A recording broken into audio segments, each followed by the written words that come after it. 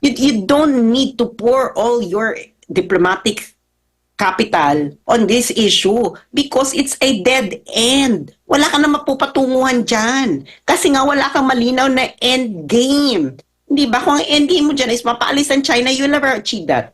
Within 3 months, ha? Anong nangyari dito sa policy na ito? Ng government na to? We humiliated the Philippine Navy. We humiliated it. Second, we humiliated the Coast Guards. Can you imagine your Philippine Navy SEAL going home with an injured thumb? Okay? And second, your Coast Guards going home on stretchers. Wala pang gera yan, ha? Papaalala ko lang sa inyo, wala pang gera yan. Ganyan na yung nangyayari. So baka mag-isip-isip na tayo na ngek na mga Coast Guard, and true enough, dapat ka talaga mag-withdraw dyan because remember, the BRP Teresa Magmanua is a newly acquired Coast Guard ship from China during the Duterte administration. Ang mahal yan, ilang bilyong yen, no? Yang Teresa Magmanua, at hindi pa natin tapos bayaran yan. Can you imagine? Isa-stack mo yan ng 2 buwan? Ilang buwan ba? 2 buwan na 1 buwan? Parang 2 buwan ata silang nandyan sa Sabina Escoda Shoal, no?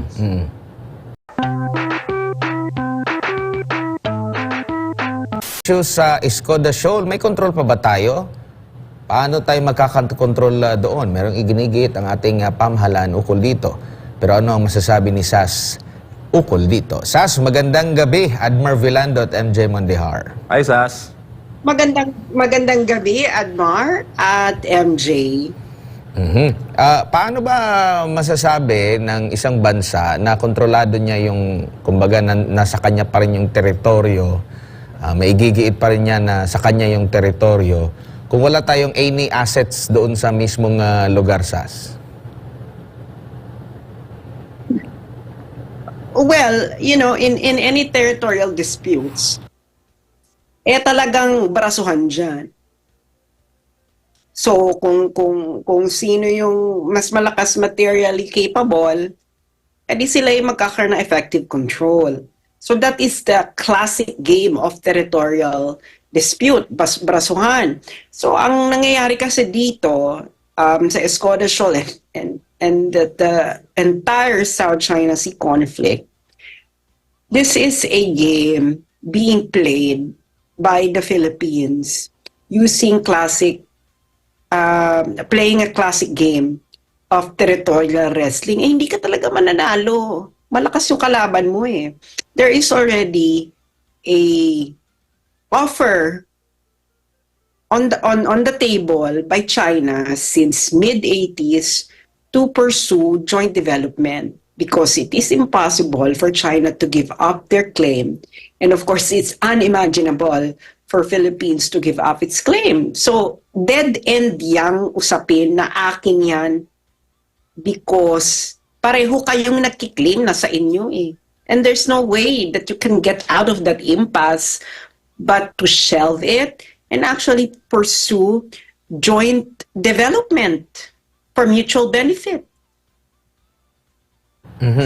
And nabubuksan din yung issue na bukas din ang National Maritime Council sa proposal na magkaroon or magrenta pa ng mga ships para ma-expand yung presensya sa West Philippine Sea. Tingin mo makakatulong ito na wala ring nagawa, di ba, yung sarili nating mga barko? May magagawa ba kung magrenta tayo? Madali lang naman salita niyan, may kikita. Wala namang ma-achieve yan. Yung mga Pilipino, ano ba sa tingin ninyo ang endgame diyan sa South China Sea? May malinaw bang endgame? Kung ang endgame ninyo ay mapaalis ang China, is that realistic? Hindi mo nga mapaalis ang Malaysia sa Sabah, mas mahina yung Malaysia sa China, ha? Hindi ba? So ano yung endgame mo? Ano ba yung realistic na endgame? Ngayon, kung sa tingin ng karamihang Pilipino na realistic na endgame na mapaalis dyan totally ang China, then i-pursue ninyo Ay, magsayang kayo ng pera, magsayang kayo ng panahon, pero alam na natin kung anong patutunguhan yan. You will fail, as simple as that.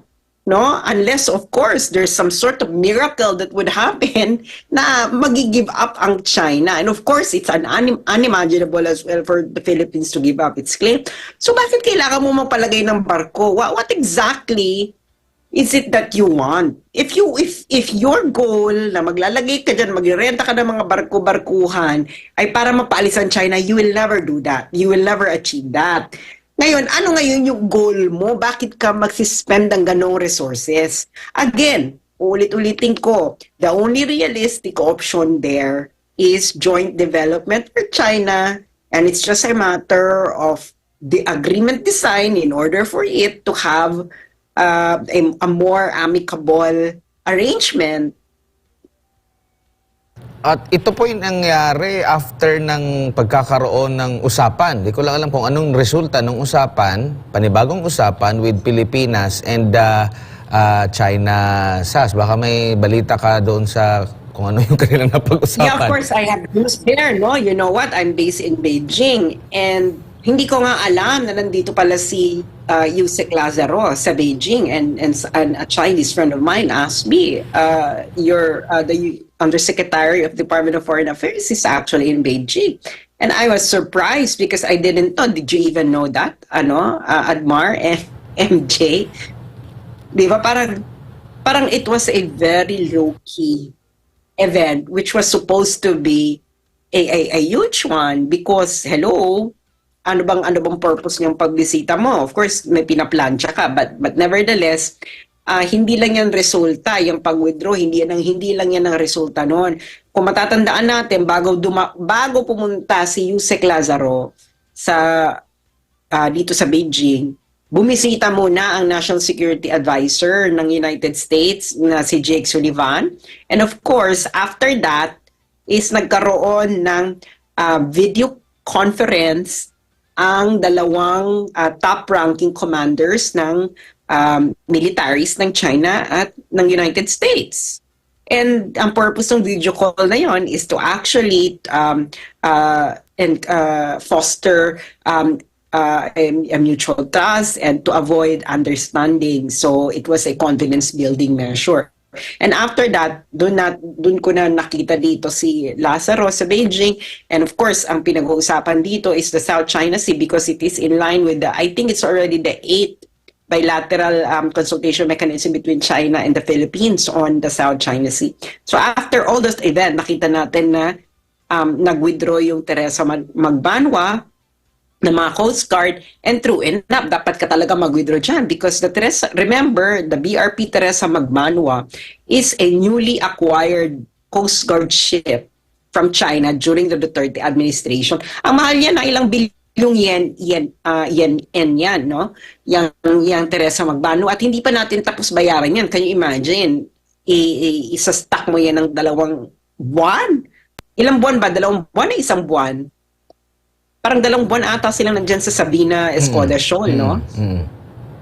So what we see, and of course, no, it's a territorial dispute. What exactly are you expecting China to do? To just watch you stay there? Of course not, no? So nakita na natin ang dynamics pareho sa Scarborough Shoal, pareho sa Ayungin Shoal, pareho sa Sabina Shoal. So bakit ba tayo nag-expect na mababago ang dynamics sa mga pinagagawa natin? Baka naman kasi ang dapat natin gawin ay tanggapin natin kung ano ang realistic option sa Pilipinas tungkol dyan. Hindi ba? Paulit-ulit tayong ganito eh. So wala ka na-achieve because wala kang realistic na end goal sa South China Sea. Baka lagi pang umaasa sa mga pangako ng Estados Unidos na hanggang ngayon wala pang tayong nararamdaman sa issue dyan sa South China Sea, West Philippine Sea na yan. Kasi ang alam natin, hindi kailanman kinikilala ng Estados Unidos yung mga disputed area na yan. Diba? Tapos meron na namang issue maliban doon sa Ayungin, dyan na naman sa Escoda Shoal. Wala pa tayo, parang ang pinaka-recent lang ang sinasabi, handa ang Estados Unidos na sumama mag-escort. Lagi na lang ganito yung ating mga naririnig, pero hanggang sa kasalukuyan ay wala pa rin. Mangyayari pa ba ito, Sas?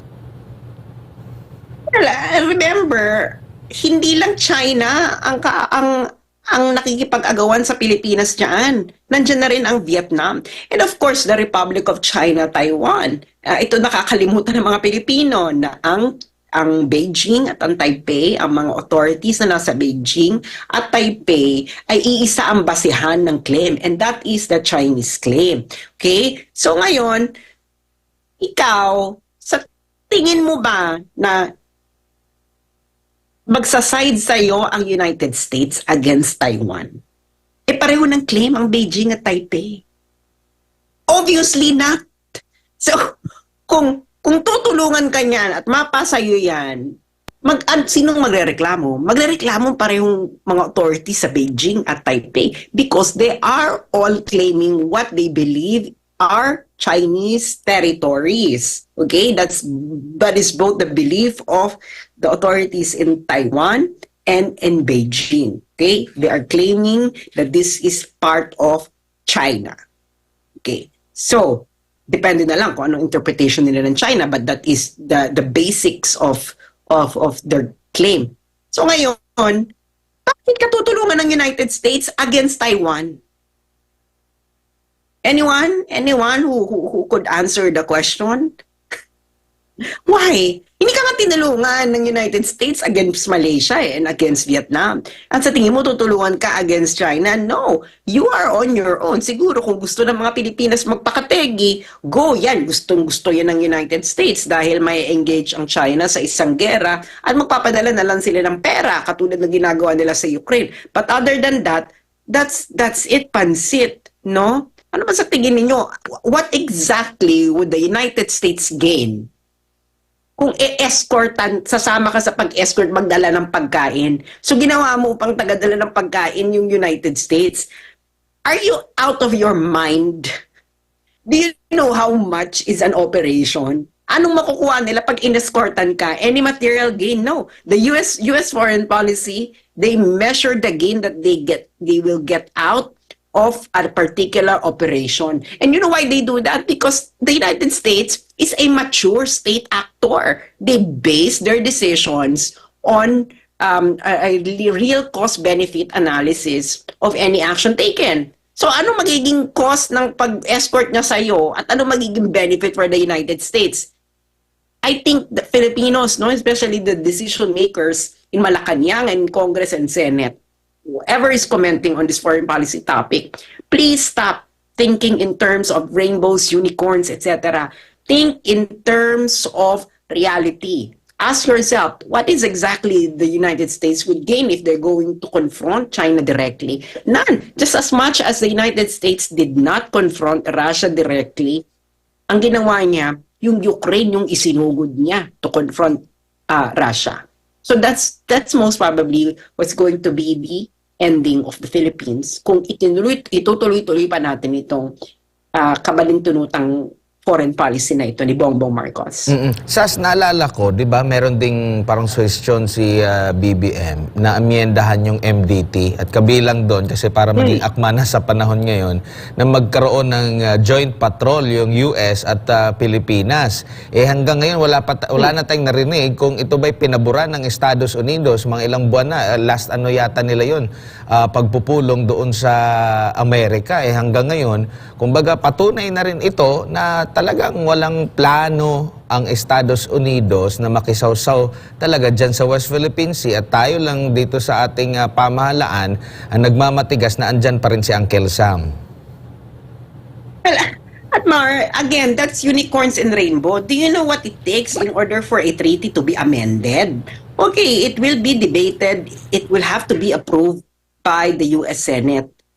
Why do you think the U.S. Senate or the United States would like to extend or amend their existing defense treaty with the Philippines when they already got what they wanted?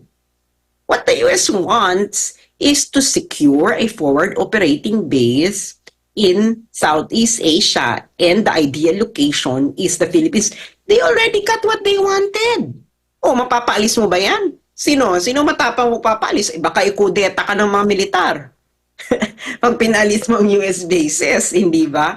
How exactly, 'di ba? Ito ngayong, remember, ang EDCA ngayon ay hindi na to katulad ng military bases dati ng United States. One, of course, it's not permanent, but it is still permanent in a temporary way. You know, hindi mo basta-basta mapapaalis yan because it's not governed by a treaty. In order to remove that, the president has to actually tell them to go. Ang hirap, di ba? At tingin mo, Bongbong Marcos would be able to do that. Sabi na, hindi mo i-amendahan, papaalisin namin kayo. Of course, it's unthinkable that the Bongbong Marcos would be able to do that. But of course, we're hoping that he would do that for our sake, for our benefits. So wala kang maamiendahan dyan because the United States already got what they wanted. They have now, 17 military bases in the Philippines. And wala rin tayong nakita ring action. Ang dami ng issue dyan sa South China Sea, West Philippine Sea, na nangyayari na laging lugi ang Pilipinas pero hanggang bibig lang, lip service lang ang ginagawa nitong Estados Unidos bagamat may presensya sila dito sa Pilipinas. Anong gagawin yan? Ano nga mahihita nila dyan? That is a complex territorial dispute. As simple as that. No? Ano man sa tingin ng mga decision makers natin? Ang bargaining power natin against the United States is strong? Of course not. Can you tell the United States, gawin niyo ito, kung hindi niyo ito ginawa, ito ang mangyayari sa inyo? Do you really think the United States will be threatened? No, nakuha na nga nila yung gusto nila. So, bakit pa nila kailangang paghirapan? Sas, meron lang akong isang tanong. Kasi maganda yung pagkalatag mo sa lahat at seemingly yan yung nangyayari ngayon sa Pilipinas. Para kasing lumalabas ngayon sa ating foreign affairs na pamamahala is yung i-quote ko yung sinabi ni former Ambassador Bobby Tiglao. Sabi niya, bahala na kayo leadership style. Parang ganun yung nangyayari. Anong masasabi mo doon? Bahala na kayo dyan. Parang ganun. Totoo nga, Admar and Jay. Kaya bahala na ang tingin natin. Kasi nga wala nga malinaw na endgame. Ano ba yung endgame mo? Diba? Pick and choose an endgame and make sure that you can say that it is realistic. No, it is a smart endgame. Kaya nga bahala na kasi wala silang wala silang malinaw na endgame. Ngayon, wala kang endgame dyan, di bahala na talaga ang mangyayari. Tsaka parang dapat dito yung nagkakaisa yung Senado at ang Kamara, no? Sa mga usapin, hindi yung mga ibang mga hearing, yung kay VP Sara, EJK Pogo, Alice Go na kahit anong mga tanong nang lumalabas ngayon sa mga pagdinig, Sas. Well, the problem is they are not entertaining other perspectives. Nakalock in na sila sa perspective nila dyan. And as we can see, yung kanilang perspective, yung policy na naging anak ng kanilang perspektibo tungkol sa South China Sea ay ineffective within 3 months, ha? Anong nangyari dito sa policy na ito ng government na to? We humiliated the Philippine Navy. We humiliated it. Second, we humiliated the Coast Guards. Can you imagine your Philippine Navy SEAL going home with an injured thumb? Okay? And second, your Coast Guards going home on stretchers. Wala pang gera yan, ha? Papaalala ko lang sa inyo, wala pang gera yan. Ganyan na yung nangyayari. So baka mag-isip-isip na tayo na itong polisiya na ito na dulot ng ating partikular na perspektibo tungkol sa conflict na yan ay hindi effective. Siguro panahon na upang palawakin natin ang ating discussion tungkol sa South China Sea conflict at makakita tayo ng ibang perspektibo dito na makakapagdulot ng mas epektibong polisiya na may malinaw na endgame na may totoong patutunguhan dahil ito ay realistic. And ito yung hindi na nakuha natin ng mga benepisyo, SAS, na matapos na nagkaroon ng lamat yung ating relasyon with China. Unahin ko lang yung dito sa Petro Yuan kung tawagin, kung saan welcome na itong pera ng China. Ano ba ang na-miss ng Pilipinas dito sa development na ito? Considering ang Pilipinas talagang nakadepende tayo sa pag-aangkat ng langis. Well, hindi. I think it's not about China, no. It's more about with Russia. Remember, the United States has a very strong influence on our government that our government cannot even trade, even buy oil or fuel from Russia. Diba? Even though na India is doing it, Japan is doing it, South Korea is doing it. Tayo lang talaga yung nabraso ng United States pagdating sa ganung bagay.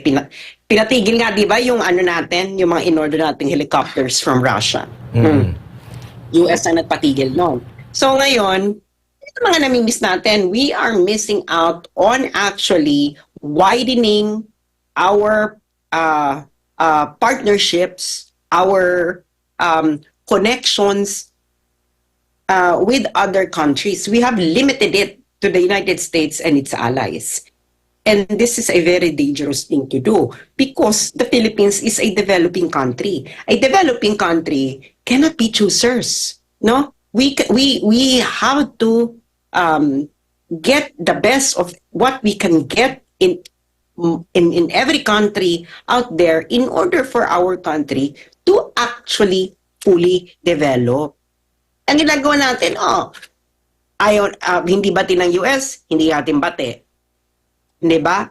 O ano mangyayari sa atin? We are missing out a lot of development opportunities. Hindi ba? Look at the Philippines right now. If you're going to compare it, if you're going to actually follow the pace, no? Ang takbo ng development of the Philippines, are you feeling the development of the Philippines? Parang hindi ba? And a lot of our development goals would have to be achieved by a more favorable international environment and a better relations with most countries in the world, especially with huge powers, with huge resources, and with, of course, the capital, with the investment, technology, etc. That could provide us with the essential and critical backbone for the development of our nation. And dito rin sa recent na pag-uusap ng China and Vietnam, alam natin itong Vietnam, kapitbahay natin ito at almost same yung ating senaryo o relasyon with China, meron ding dispute. Pero binahagi ng Vietnam na top priority pa rin ang relasyon nila sa China. And ang pinakabago din ngayon sa report or sa mga news doon sa Vietnam, posible silang kumita ng nasa $300 million ngayong taon na ito sa pamamagitan ng pag-export ng frozen durian sa China. Marami tayong durian dito, partner. Mas masarap na yung nabuksan durian na natin. maganda na kasi nabuksan yung relasyon natin. Pero ito yung mga umagaw sa atin, mga benefits. Ang masasabi ko na lang, unang-una kasi, I don't think that we have the industrial capacity katulad ng Vietnam in order to do that. That's why we need massive investments. Agricultural products is one of our major exports.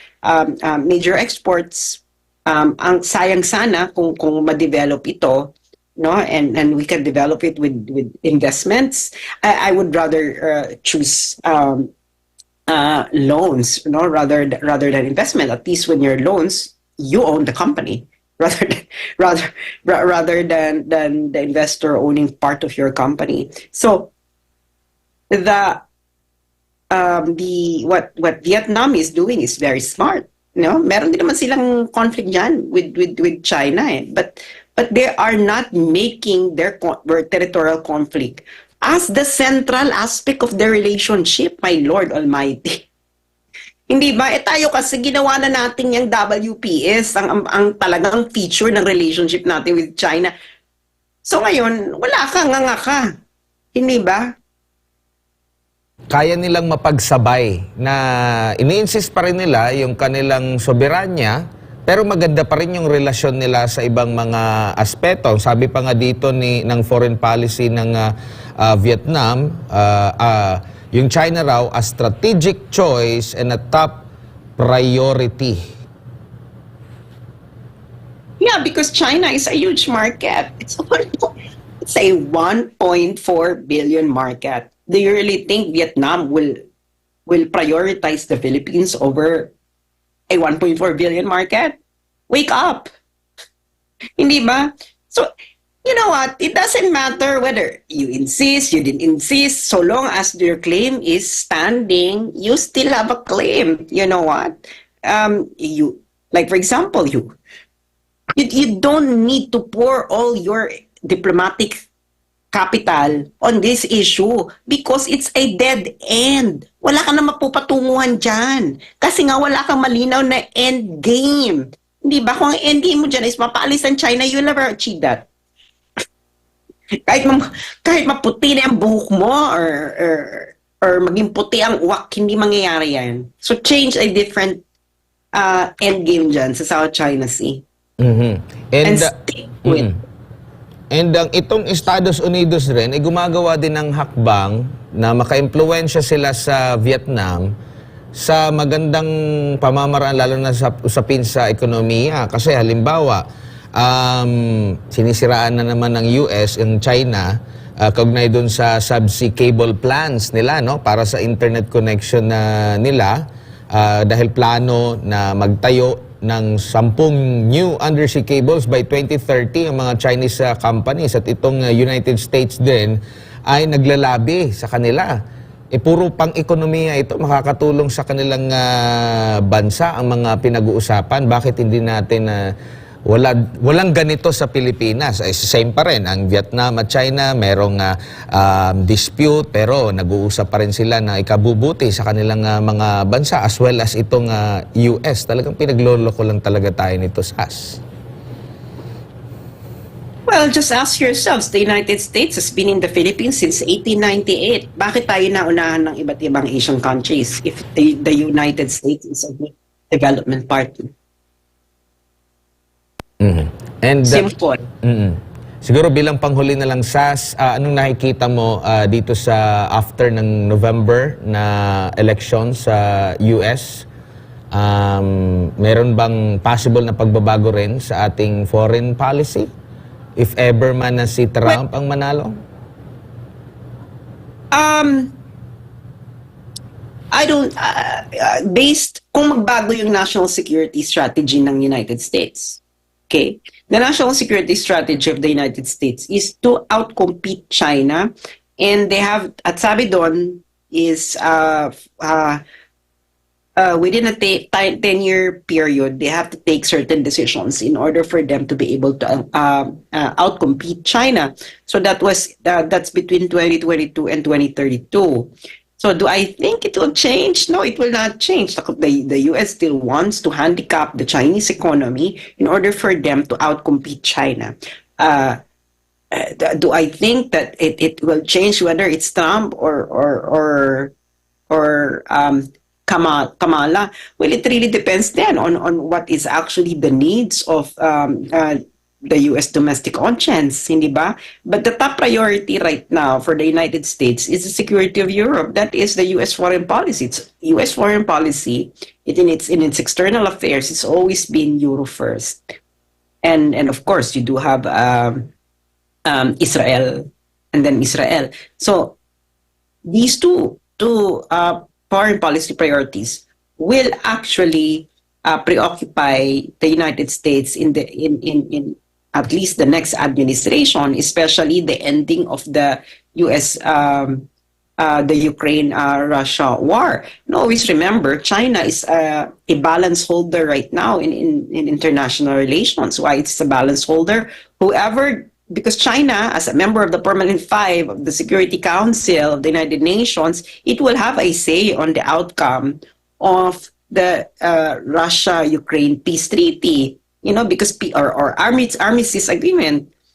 So the West needs China to at least tilt a little bit towards the proposals of Ukraine. And in order for the West to be able to get on China's good side and goods grace, maybe we'll be experiencing what we call in international relations a détente between China and the United States, or the collective West, and that's what we're actually seeing right now. So in this period of détente, which means a thawing of relationship, the Philippines, we should take this as an opportunity in order to recalibrate Philippine foreign policy and to go back to what Digong started. That's why you were voted for, in order to continue the foreign policy of Bongbong Marcos, of President Duterte. So stick to that. Maybe I believe there are a lot of issues that needed to be refined in the foreign policy of President Duterte, but it was already a good start. You reverse it, and now we have a good window of opportunity to go back to what you promised about the foreign policy of the Philippines. But I'm afraid that if you don't take this window of opportunity provided by the cooling of relationship between China and the collective West, we might be headed for some trouble along the way in the future.